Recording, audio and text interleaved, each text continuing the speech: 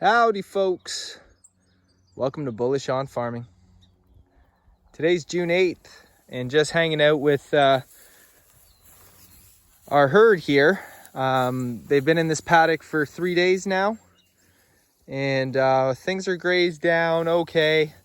You know, we're still at about 1.5 feet everywhere. And of course there are weaker areas in the field, but actually most of it is at least 1 foot. And these calves are right on my hip. They are pretty much trained, I think. We've been mob grazing for a month now, I think it's been. And, you know, they've been multi-day paddocks, mind you. So it's not the most consistent rotational program to train your cattle. Nonetheless, the positive association with fresh conditions, fresh feed, greener pastures is soon associated with the manager or farmer who's moving these animals. Just like a farmer who holds a bucket of grain, a farmer who calls his cows, who consistently offers his cows the freshest, luscious, greenest grass, the first bite every single day or two, those cows will respect that manager. And you know, they get friendly from spending time with them every day. You're obviously out here moving them, checking them, seeing how things are going. But when you're moving your cows that frequently, it's just another step into a more intimate connection with your animals. They provide the sustenance, you know, for your nourishment, your farm, your family, and others. But you also, in an honorable way, provide them with, you know, nourishment and the highest quality of life that you can in return. And it's a symbiotic relationship, as is nature, when we speak about, you know, the relationship between living organisms in the soil and also between the land and the animals, and how, you know, of course these animals were meant to sweep across landscape, eat vegetation in high amounts, and move on, keep moving. And with the mob grazing program, that's what we try and simulate.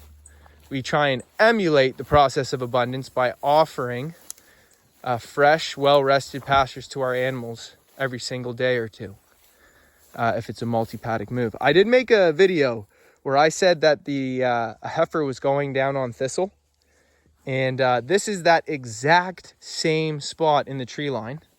And I got to tell you, I don't see one thistle. I think they're following me around because they want more thistle. Because in the next paddock, they'll definitely be getting some. But look, it just looks like asparagus now. It is just stalks sticking out of the ground. Probably what's closer to the root, which has now become more firm than the rest of the plant. But I was speaking in a previous video, you know how when thistle is young in its growing stages, cows will eat thistle. And in my experience, when you're using paddocks that are a day or two, the type of pressure that it puts onto the cattle and the mind frame it puts the cows in, they start to pick up on the fact they move, and for a day or two there's a wide variety of selection in that space. However, that space is not big enough to go on beyond that day, so they eat a little bit more consistently. They'll start including plants just in big bunching bites that they would be more picky about if they had plenty of land where they knew that there was an infinite amount of time that they could just pick what they wanted. And so that's deep into the psychology of a cow. But these things, you know, you start to pick up on them, and that's nature speaking to you. You understand these animals more deeply when you want to do the best you can for them and your farm. And, you know, that starts to come out in how you're expressing that life expression, I guess. And so I think I'm going to leave these girls in for one more day. It's going to end up being a 4-day paddock. And they'll be on to nice green lush grass, which we might as well go and show. You know what? I just want to take a look one more time at how little thistle presence there is in here. When if you haven't seen the previous video, go check it out. It's a forest of thistle. I couldn't even see from here to that tree. And clearly it wasn't only that heifer that was munching thistle. And now that heifer's eating a tree. They love the leaves on the trees. Oh, here's still a few. But I wouldn't be surprised if I... Oh, and there's a turkey. Man, the turkeys are becoming a theme in the videos. I think there was one in a video or two ago. Here's a spot. The thistle that was there is now gone. You just see stalks. Over here, thistle's been, you know, absolutely picked at. And then there's some more thick-stemmed, that could be thistle, or it could be a thicker type of weed. But yeah, just happy about that. And so this is what we're moving on to, fresh, greener pastures. And if we take a look down the line, we could see, you know, paddock the cows are in are on the right, and what they'll be moving into tomorrow is on the left. And this stuff's up to my knee to hip. And it feels good to offer our cows a grass salad buffet, because we are grass salad beef. 100% grass-fed, grass-finished. And that's just so pretty. Now, if you take a look down, you can see the right side's a little bit more faded. You know, stuff's been trampled, seed tops have been picked at, and obviously the grass has been grazed. But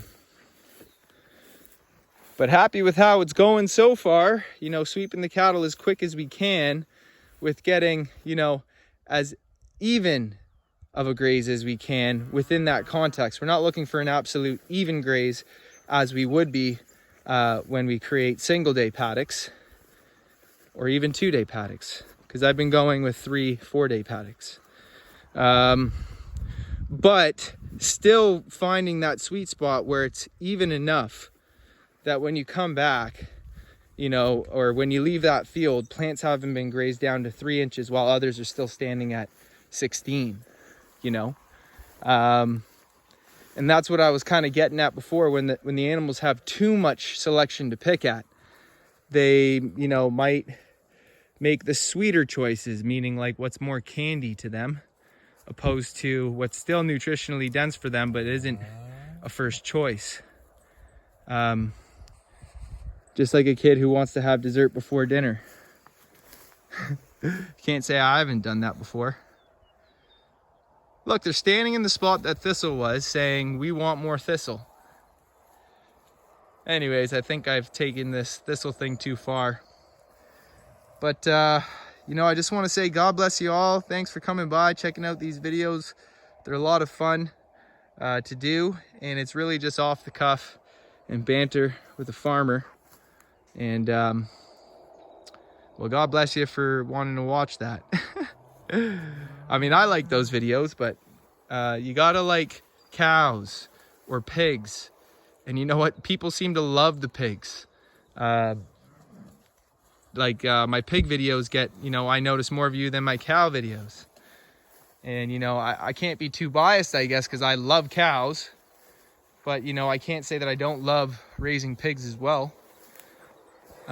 Any way to facilitate a high quality of life for animals where that coincides and harmonizes with land management processes reflected in nature's design is really kind of the process that I find rewarding to the whole thing. And so, you know, it could be any animal. And I do run chickens on pasture. Gonna be doing some ducks at the other farm that I manage. And, you know, I'm loving the sheep. So anyways, folks, I'd like to say thanks for stopping by. God bless you all. We'll see you on the next one.